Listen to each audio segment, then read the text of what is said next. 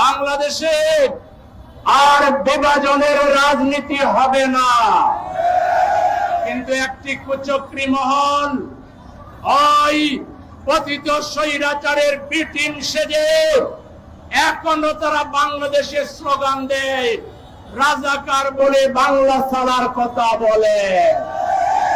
অথচ ইতিহাস থেকে প্রমাণিত ওই দলেই রাজাকার সবচেয়ে বেশি। এখন স্লোগান উঠেছে, কোথায় কোথায় বাংলা চর, বাংলা কি তোর বাচ্চাদা, কোথায় কোথায় বাংলা চর, বাংলা কি তোর বাচ্চাদা।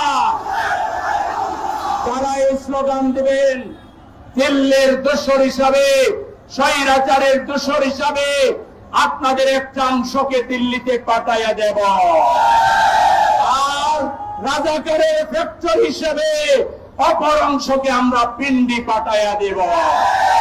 বাংলাদেশে থাকবে জুলাই যোদ্ধারা, জুলাইকে যারা সমর্থন করে তারাই থাকবে, দালালরা বাংলাদেশে থাকতে পারবেন না।